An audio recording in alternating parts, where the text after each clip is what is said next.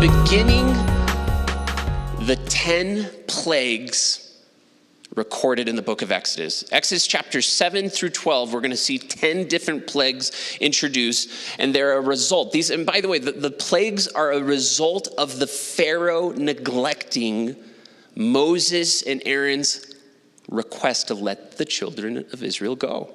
That's the result and the reason why this is happening.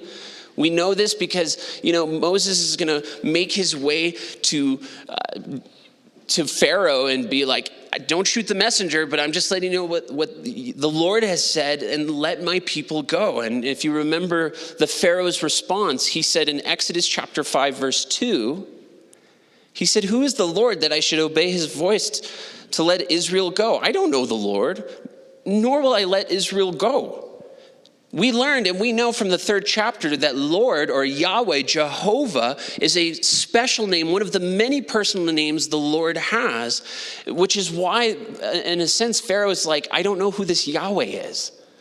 You're talking about a deity that I'm not familiar with, so why would I even let these people go if I don't even know who this God is exactly?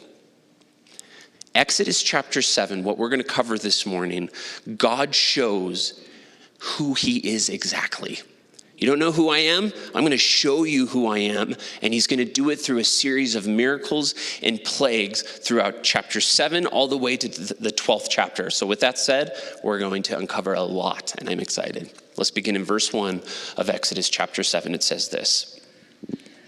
So the Lord said to Moses, "See, I have made you as God to Pharaoh, and Aaron, your brother, shall be your prophet." I always love the beginning of certain passages where stuff like that is introduced, and it's like, okay, we're going to talk about this for a second. Like, what did the Lord mean when he made the comment, hey, see that I've made you as God to Pharaoh? The Lord's comment here to Moses was not to indicate that Moses would share in some comparable deity power like God. That's not what it's saying at all. In fact, I know that's true, and I especially know that's not what Moses is trying to interpret, because remember, Moses wrote this book. Moses isn't accepting that in terms of what we would measure, like, oh, he's God now. We know that's not true, because listen to this. Moses will say in Exodus chapter 8, verse 10, listen to this. Moses replied, "It will be as you have said, then you will know that there is no one like the Lord our God." It's not like Moses said that and then under his breath and he said, "Except me, I'm comparable to him." That's not at all what is happening here, and Moses would deny that. So then now here we are. So then what does it mean when God said to Moses, "See, I have made you as God to Pharaoh"?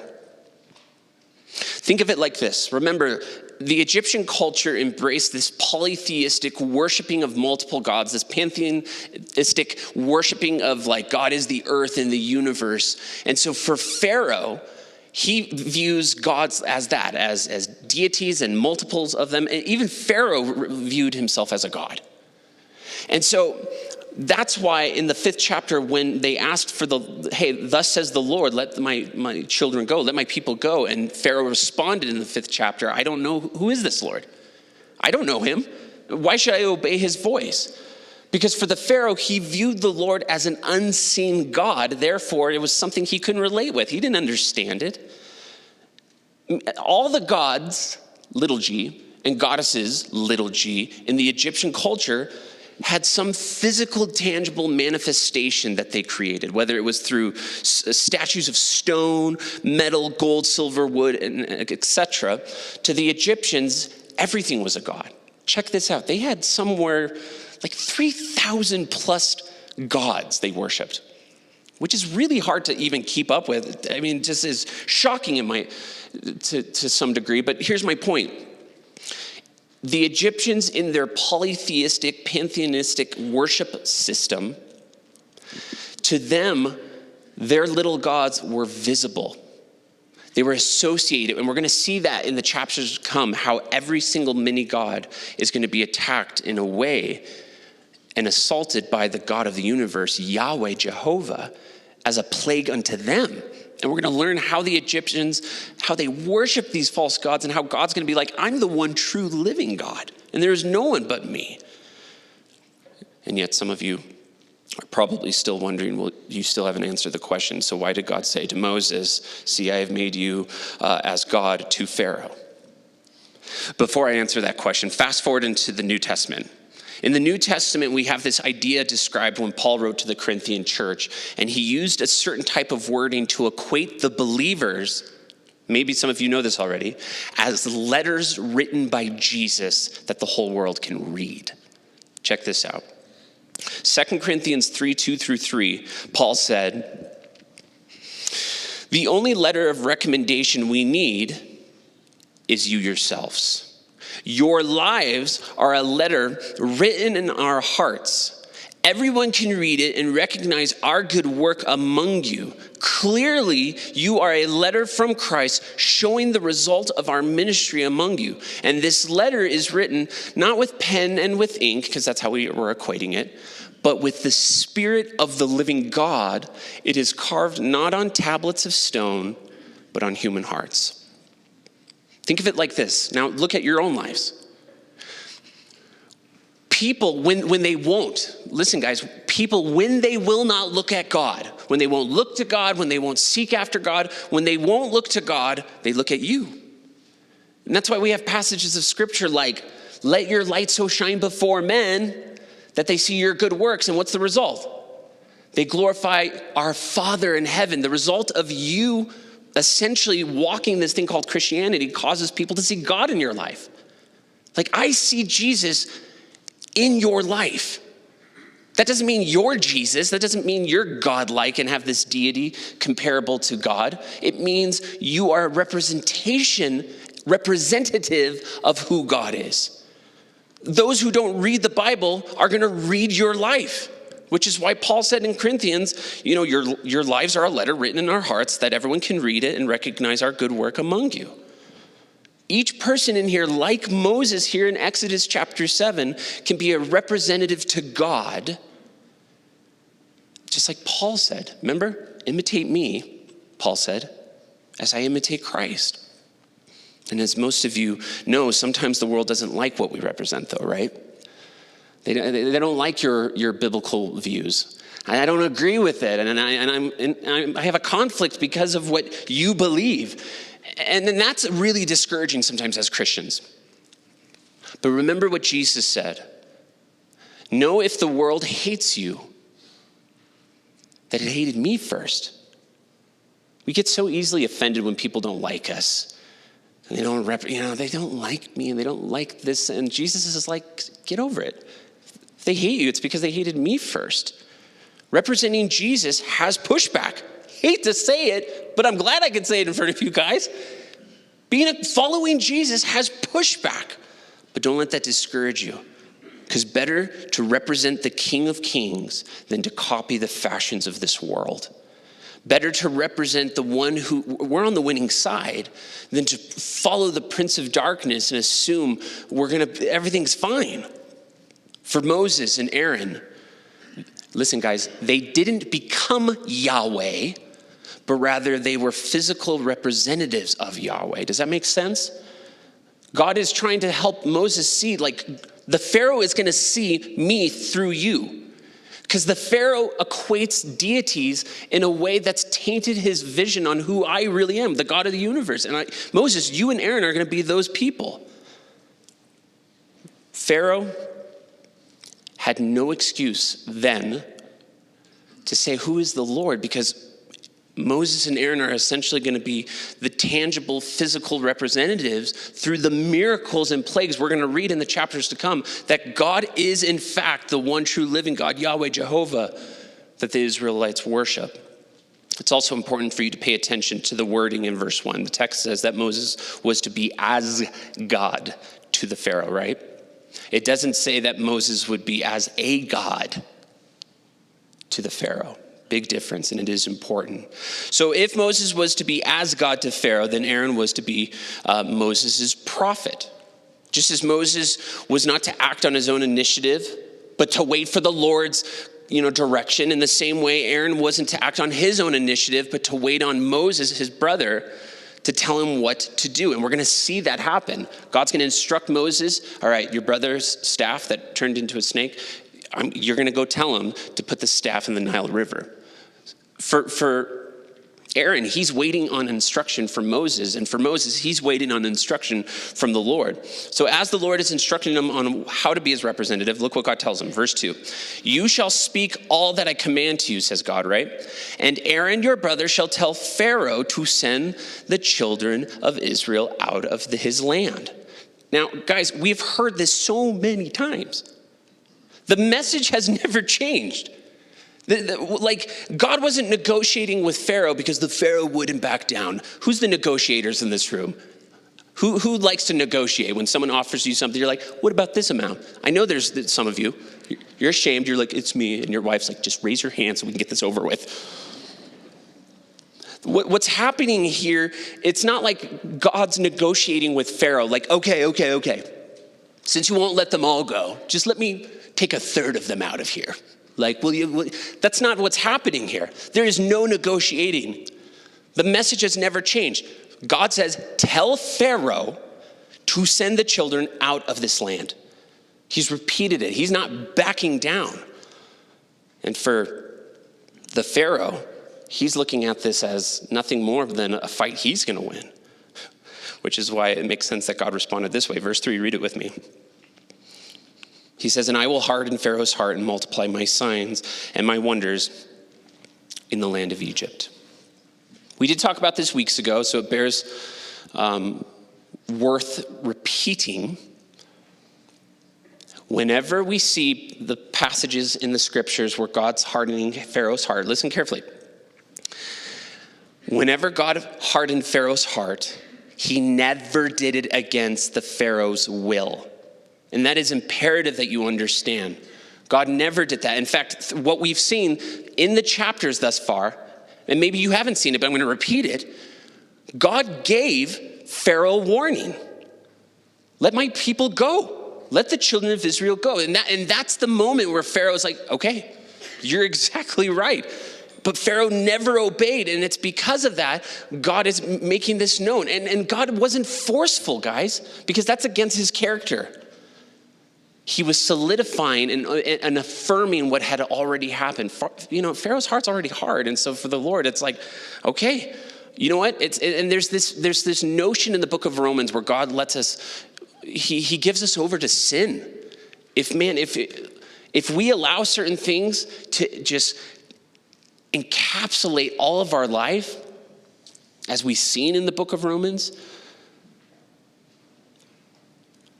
for the Pharaoh and what we've seen in Romans, God's just affirming it like, okay, if that's what you choose, but don't. It's only destroying you even more. For Pharaoh, he wouldn't give it up. So God, he already knew that Pharaoh wouldn't let go, and therefore, okay, here's the plan, as God stated, I'm going to multiply my signs and my wonders in the land of Egypt, as it says in verse 3. Which makes you wonder, because I know you got the negotiators in the room, and then you've got not necessarily the pacifists, but the people in the room that are like, well, what if I can convince him of this? And then you don't have to show any plagues or plagues or miracles. Because for Moses, remember, he's been fighting God from the beginning on this. So I can just see Moses being like, but what if he listens to me? Like, hear me out. What if, you don't have to do any plagues? And, they actually go. Well, God answers the question. Verse 4, read it with me. God says, but Pharaoh will not heed you. He's not going to listen. Because God already knew that. So it says, that I may lay my hand on Egypt and bring my armies. I want you to visualize that. I will put my hand on Egypt. That means there is no Egyptian that is going to escape what is about to come. The entire land of Egypt. And God gives the solution, right? I'm gonna lay my hand on Egypt and bring my armies, next part, and my people. This is the solution. Why was he doing this? So that the children of Israel may go out of the land of Egypt by great judgments. That's the plan. And these great judgments are basically the plagues that we are about to read. And by the way, we're only doing one plague today. We're only gonna be able to cover one. We'll do multiple ones next week. And the point of the judgments, though, God gives the answer. What's the point then? Verse 5, read it with me. The Egyptians shall know that I am the Lord when I stretch out my hand on Egypt and bring out the children of Israel from among them. Again, don't forget, Pharaoh claimed in the 5th chapter, he didn't know who the Lord was. Who is this Lord that I should obey his voice? Okay, I guess that's fair since you worship 3,000 different gods. But what we're reading here in Exodus chapter 7 is God's reaction to show the Pharaoh, okay, you don't know who I am? This is who I am exactly. And you're going to see it as the text indicates in verse 5. What's the purpose of the judgments? So that the Egyptians shall know I'm the Lord. You're worshiping multiple gods, false gods, but I am the one true living God. And how are they going to know he's the Lord? They're going to know when I stretch out my hand on Egypt. It's not going to be one of those like, did you hear the news? And they're like, no, I didn't hear. Like, it's going to affect the entire land of Egypt. And then as a result of it, he's going to bring his children out among them. You know the statement, the person's bark is not as bad as their bite? Yeah, their bark is worse than their bite. You know, they just like to rattle off, but they're not going to do anything about it. That's not what's happening here with God. God's not just like, I'm going to do it. And Pharaoh's like, let's see. And he's like, maybe. Think about it. God's like, I am warning you, if you do not heed my voice, this is going to happen. I'm going to do it. God is going to give them no indication that he is nothing more but Jehovah, Yahweh, that when he says something, it is going to happen. This is going to happen. And you know what else is going to happen? The children of Israel are going to go. So let's see Moses respond. We know Moses. He's been really hesitant lately. But you're going to be shocked at his response here in verses 6 through 7. So Moses and Aaron did so. I love that. No fight. Just as the Lord commanded them, so they did. Verse 7, and Moses was 80 years old and Aaron 83 years old when they spoke to Pharaoh. Moses is the author of this book, guys. And I can imagine as he's penning this and he's putting his hand on his forehead because he's going to live to be 120. And he was like, I was 80 years old when this was happening and this was just the beginning. Like this was just the beginning of everything that was going to happen. You guys want to know what I want to do when I'm 80 years old? Not this. You guys have figured it out. I've met some pastor friends, and you know what they do? They're like, I've retired. I'm no longer the teaching pastor anymore, and I'm just a supportive pastor. And I'm looking at their life, and I'm like, you figured it out, man. This is amazing. Moses is just begun what God is going to do. He has 40 more years to look forward to. And I was doing a word study, and how interestingly enough in the Old Testament, when you see an age given, and there's so many examples of this, but when you see an age given, it's generally, specifically for prominent people in the Bible, their name is given, their age is given specifically through a major event that took place. It's not always the case, but we do see it throughout the Old Testament. Like, for example, in Genesis 41, Joseph, we're told, was 30 years old when he became the prime minister of Egypt. We know that in Genesis 16, Abraham was 86 years old when Hagar gave birth to Ishmael. That's right before the great monumental, awesome birth of Isaac. But also in Genesis 17, Abraham was 99 years old when he was circumcised in the flesh, and his son Ishmael, who too was at the age of 13. And the list goes on and on and on and on. But here's my point. You're going to often see prominent figures and their age given simultaneously to some great event taking place. And we do the same thing. I mean, you look at your life and you ask questions and you're like, I did this when I was this age. I did this when I was this age. I mean, for me, I was 15 when I got saved. I was 17 when I started to learn to study God's word. I was 20 when I got married. I was 24 when I had my first kid. I was 26 when I started a church. And I was 34 when I took over this church. Each of us have stories of something happening at a certain age. And here's my point. We often will dismiss that, but forget God is doing it for a reason. Don't dismiss when God did something amazing in your life when you were 7. A lot of us get so upset, like, I wish I had a powerful testimony, but I gave my life to the Lord when I was 7. That's amazing. That wasn't a praise report. And then some of you, it's like, I didn't give my life to the Lord until I was in my 40s or 50s. I wish I would have, but you know what? But here's the point. Each of you have an age where God did something powerful in your life, and we dismiss it. I wish it was more, but you know what? But it's not that. God in his timing knew it was going to happen. And God in his timing knew Moses was going to be 80, and his brother was going to be 83 years old when this was all going to take place. One other thing we're going to find out as we study through the text, because I got to fly through this. We measure success on the basis of how it should have been done.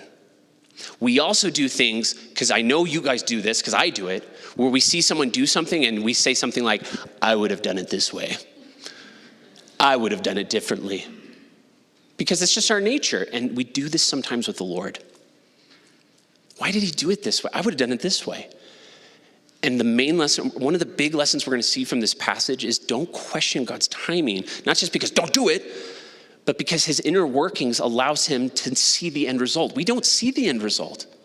And God is going to see the end result of why this had to happen at his age. I got to move on, but here we go. Verses 8 and 9.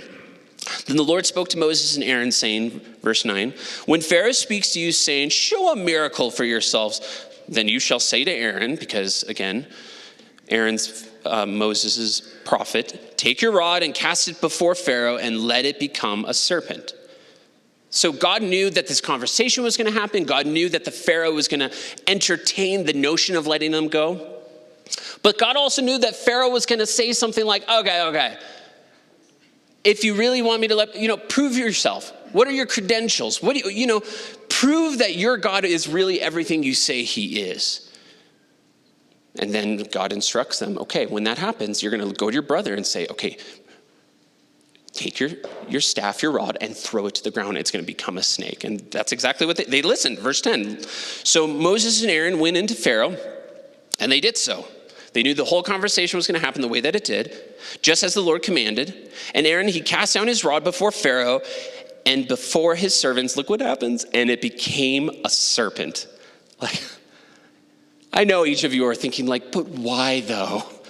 Why a snake? Why couldn't he throw his staff to the ground and it becomes a cluster of butterflies?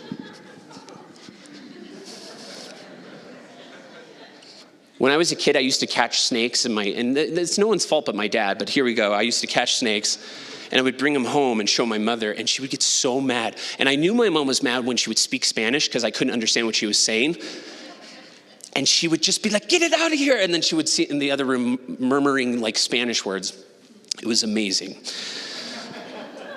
So I taught my children the same thing my father taught me. My girls catch snakes now, guys. And they'll bring it home and show Carolyn, and Carolyn will be like, and she'll look at me and she's be like, it's your kids. I'm like, yeah, they are my kids. What were we talking about? Anyways, moving on. Why a snake? Why a snake? Why did God choose a snake? Something to remember and keep in mind that, the plagues in Israel were not just against the oppressors, the Egyptians, and what they did to the Israelites. The plagues in Israel were also an assault against the false gods the Egyptians worshipped. And we're going to see that all throughout here. Okay, so again, why a snake?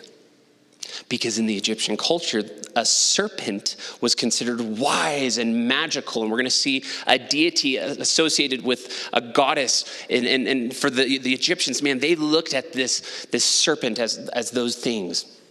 We know Jesus actually said something interesting. Remember, he told his disciples, I'm sending you into the world, right? And he said, I'm sending you as sheep among wolves. And then do you remember how Jesus told them to defend themselves?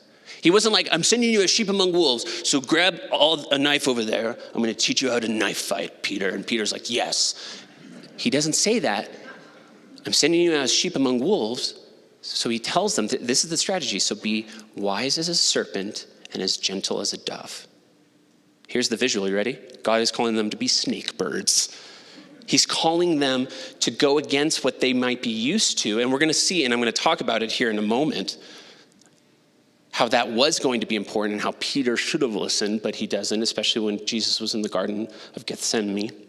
But for the Egyptian culture, they viewed this goddess, the serpent, Wadjet, as the one who essentially was the patron goddess of the southern portion of Egypt. And they loved worshiping this God. And because what we're seeing here, this isn't a plague, guys. This is a miracle. Aaron's staff turning into a snake was God preparing the Egyptians. I'm going to judge your false goddess Wajet and show again that I'm the one true God. So Pharaoh, look at his reaction. Verse 11. But Pharaoh, he also called the wise men and the sorcerers so that the magicians of Egypt, they also did in like manner with their enchantments. So here's Pharaoh. He calls for the wise men and the sorcerers. Now, fun fact, we get a glimpse of who these men are exactly. Do you know this? Based on what Paul said in the letters to Timothy. Jannes, and Jambres. 2 Timothy 3:8. You ready for this? Who are these men, these sorcerers here in Exodus 7? Paul actually gives us the answer. 2 Timothy 3:8. Now, Jannes and Jambres, which sounds like a kid's clothing store. But anyways, here we go.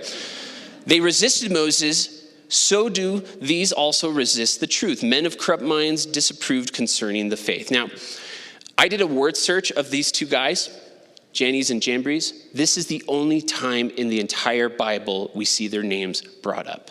In 2 Timothy. And the reason why I'm even pointing all of this out is because it is believed that Pharaoh's wise men, the magicians, the sorcerers here in Exodus 7 are these two men. Paul just indicated it. It gives us reason to believe that that's absolutely true. But what we are seeing here is that these sorcerers in Exodus 7, they're attempting to imitate what Aaron has already done it before their eyes. But we know when Aaron turned his rod into a serpent, the magicians are going to throw down their rods and they're going to be turned into serpents. That's why the text just told us the magicians of Egypt, they also did in like manner, but they did it with their own enchantments. By the way, we're going to see this happen in the coming plagues. We're going to see Moses tell his brother, put the staff in the Nile River, turns into blood, and the magicians use their enchantments and repeat the miracle. When Moses, in the next plague of the frogs being all throughout the land, we're going to see the magicians imitate that. But fun fact, of the other miracles, they don't imitate. They can't do it. They can't repeat the lice. They can't repeat the gnats and the flies. They can't repeat the angel of death. None of that. And some of us might be wondering, well, how were they able to do that? Are you ready for the answer? The same way people want to do it today, by tapping into a demonic occultist power, which is very real.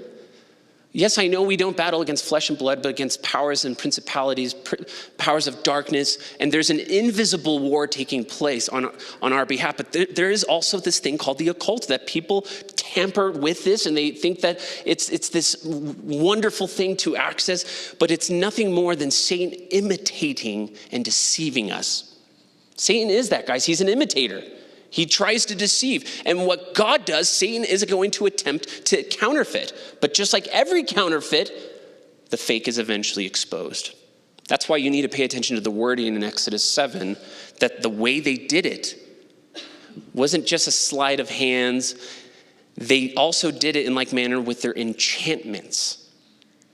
There was a demonically influenced power manifested through these things taking place before them. And it was all based on their enchantments. So look how God basically reacts to this dual snake match. Verse 12. So all the snakes are there. They're all looking at each other. And every man threw down his rod, and they became serpents. And then someone in the crowd said, "Round one, fight." Doesn't say that. But Aaron's rod, look what happens, swallowed up their rods. I love it. I love it primarily because it's one of those oh yeah, well, we've got multiple snakes. And God's like, oh yeah, I'm the God of the universe. I'm going to eat these snakes up. And that's exactly what he does. He takes the counterfeit miracles and he proves once and for all that he is greater.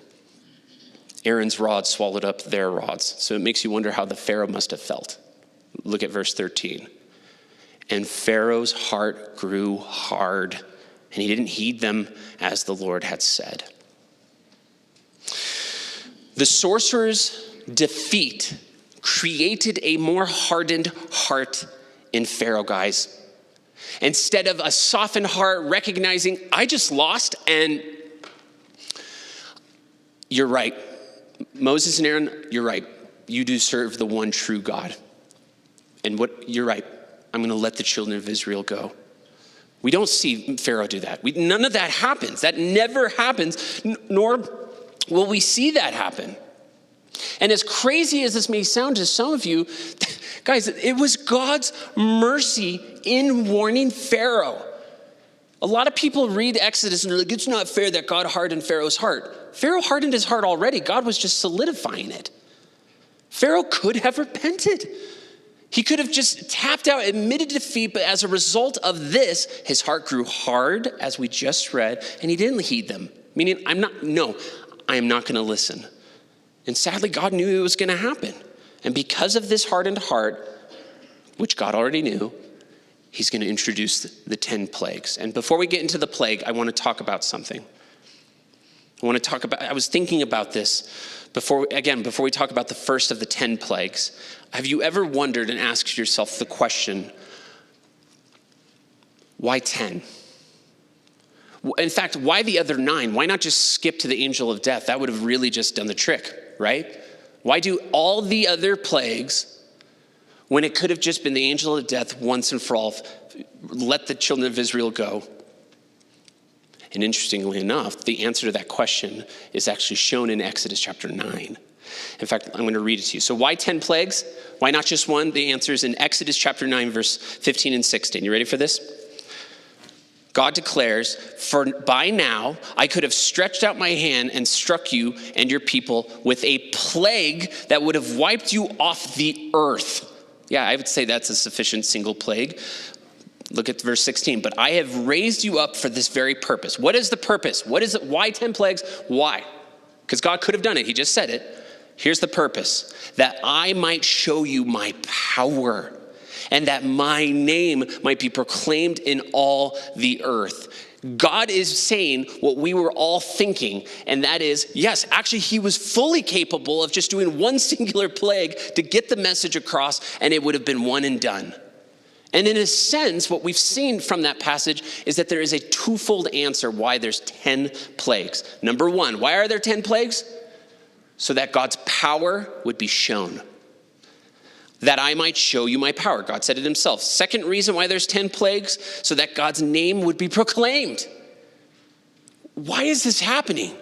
Well, because the Pharaoh's hardened his heart and he's not heeding the voice of Moses and Aaron, and the God of the universe is showing himself once and for all.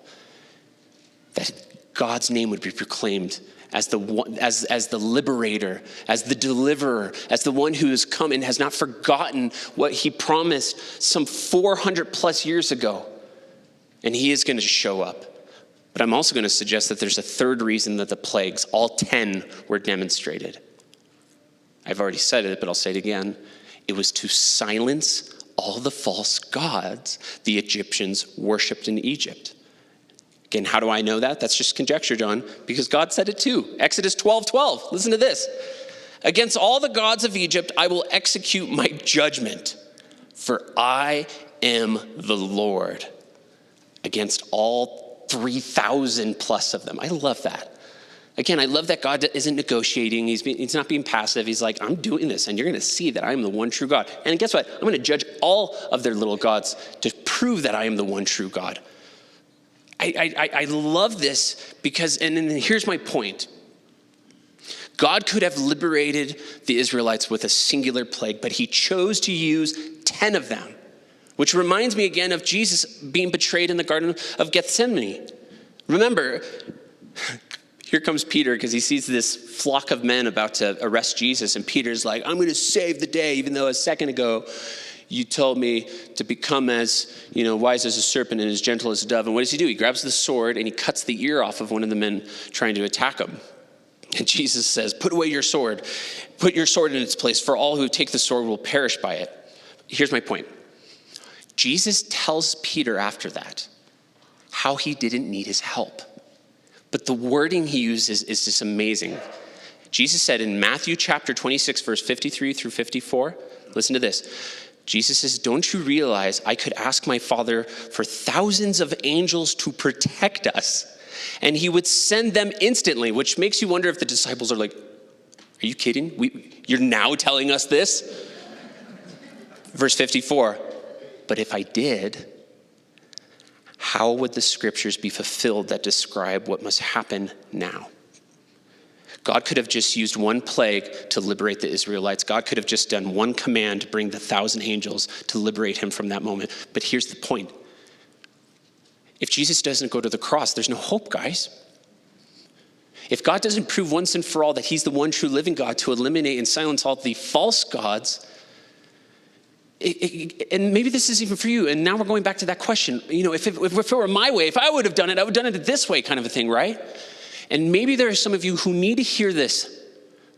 You might be in a phase of life where you are frustrated and you don't know why things are happening the way that they're happening. And maybe some of you have blamed God. Maybe you've blamed everyone else around you, but you haven't stopped to wonder, God, why are you doing? What are you trying to accomplish from this?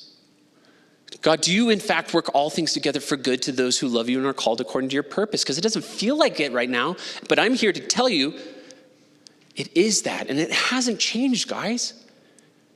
Even though your ways and your methods for executing things may have been this way, God's ways are higher than ours.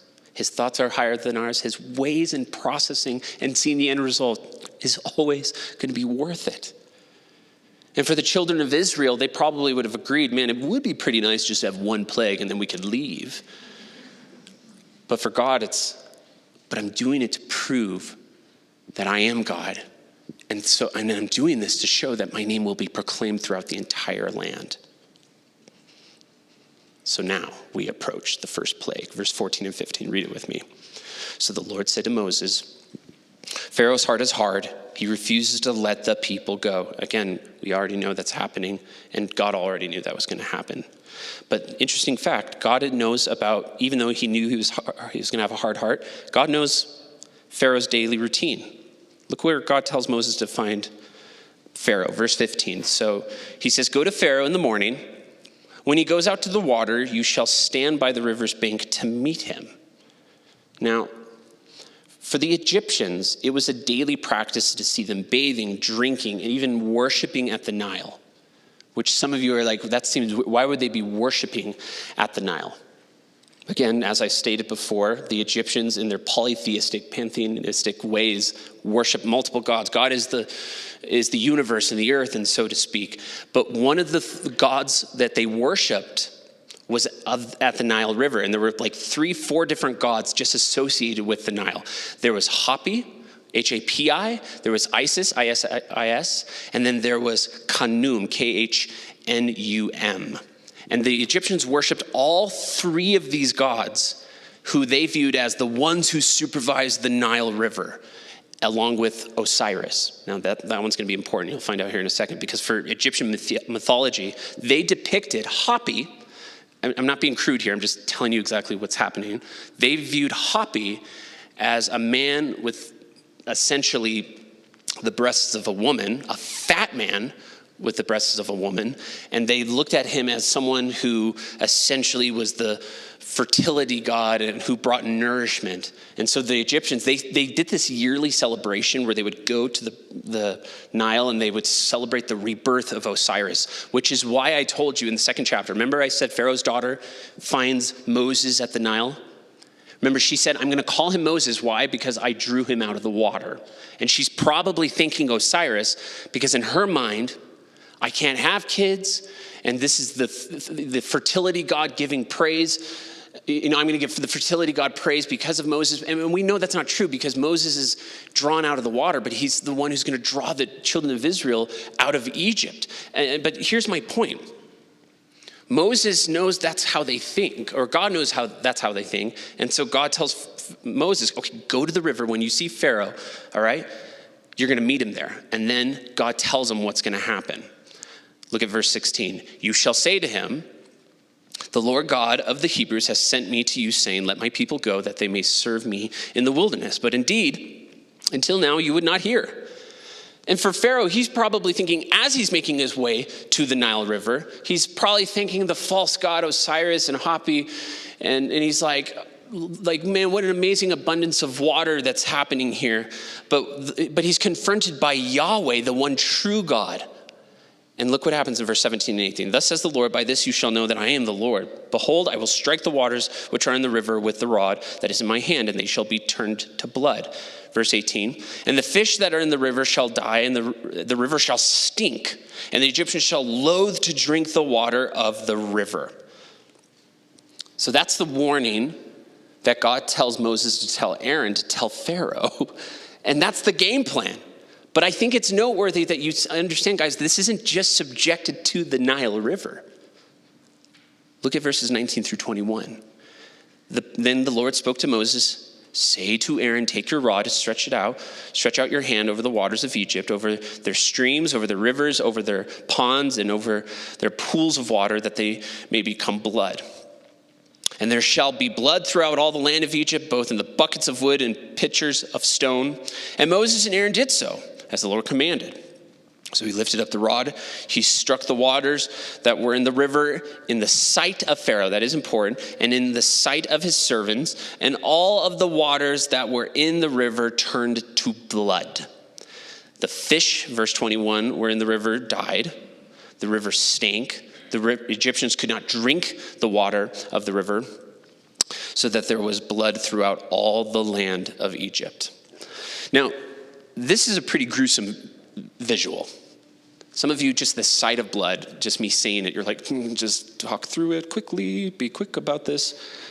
But for those of you who know your American history, you know that in a gruesome part of history, we're going to see a group of Americans storm Omaha Beach.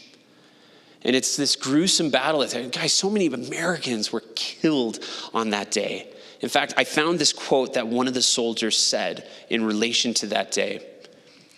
One soldier noted, and I quote, there were body parts everywhere and the sea turned red with blood.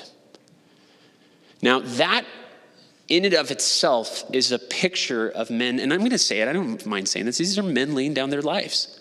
They're fighting against the Nazis in France, and they are going to succeed in taking over Omaha Beach. That reflects men who gave up their life. Now, with that said, I want to preface this next thing. What we're reading here in the scriptures is a plague, but it's an inconvenience to the Egyptians. We don't really have any indication that they died as a result of this. We're going to see in the verses to come that this happened for 7 days. I did a search online, and it said that after 3 days, the organs start failing, that the human body, you need water after 3 days. But then I've been finding these other studies that are showing that people who have lasted 7 days, 9 days, 14 days, whether true or not, here's the point. And this is another important factor. Did this only affect the Egyptians? Or did it also affect the Israelites? Because the wording, and that is important, the fish that were in the river died, the river stank, the Egyptians could not drink the water. So does that mean God provided some other water source for the Israelites? It's possible. We're going to also see in other plagues that how it did directly affect the Egyptians, but it didn't affect the Israelites. And I guess this is my point. The water source affected here in the scriptures, seen in 14 through 18, turning to blood, was inconvenient because now they can't drink it. They can't wash their bodies because of the foul odor of the bloody water. And this plague, ladies and gentlemen, this plague is inconvenient. Now they have to go to fresh water springs to get any water done, if there is any done, at least for the Israelites. The Egyptians are highly affected as a result of this. But the plagues God brought against Egypt had a definite strategy and purpose, because each of them were confronting and attacking Egypt's deities and Egypt's economy. Like I said in verse 16, the Egyptians, they considered the Nile River to be sacred. So the Nile River turning into blood, because the Nile River was their source of income. They got water from it. They were able to use it for planting. They got fish from it. And now their lifeblood, if you so to speak, if you want to call it that, their source of income is now confronted with actual blood. In fact, I found a hymn that Egyptians would often sing when they would go to the Nile. I'm going to read it to you. It's translated different, so here we go. Egyptians often in their temples would sing this hymn: "Thou waterest the fields with Ra in what he created. Thou art bringer of food, creator of all good things. Thou fillest the storehouses. Thou hast care for the poor and the needy." So again, for the Egyptians, as they're worshiping the Nile is a lifeblood support for them. But that's why it's so brilliant that God creates this plague, because it's an assault against them. The Nile River that they sang hymns to, worshiped, became their economy, food, is tainted because now it's covered in blood. I wonder how many of them were thinking Osiris that day. Probably not many. What was a blessing to the Egyptians is now a curse. That is God's judgment, which is brilliant. So the magicians, they see it happen. Let's see how they react. Are they going to duplicate it? Verse 22 and 23. Then the magicians of Egypt did so with their enchantments, and Pharaoh's heart grew hard. Interesting. His heart is hard even though he didn't win the serpent battle. His heart is hard even though the Egyptians duplicated this. And he did not heed them, it says, as the Lord had said. Verse 23, and Pharaoh turned and went into his house. Neither was his heart moved by this. I mean, this just reflects where Pharaoh is at, you guys. He is not willing to give up his slave labor. I mean, his heart only grew harder in verse 22. His heart's not moved by this. He didn't go back in his house and he's like, maybe I'm making a wrong decision. He's like so proud, so bitter, so angry that he is not going to budge. So let's finish the last verses because I'm running out of time. So all the Egyptians dug all around the river for water to drink, because they could not drink the water of the river. Here's the next part. 7 days passed after the Lord struck the river. Again, 7 days without water is pretty hard to imagine. And again, this is an inconvenience to the Egyptians. This is something that is, well, this is hard, but guys, this is only the beginning. This is only plague 1.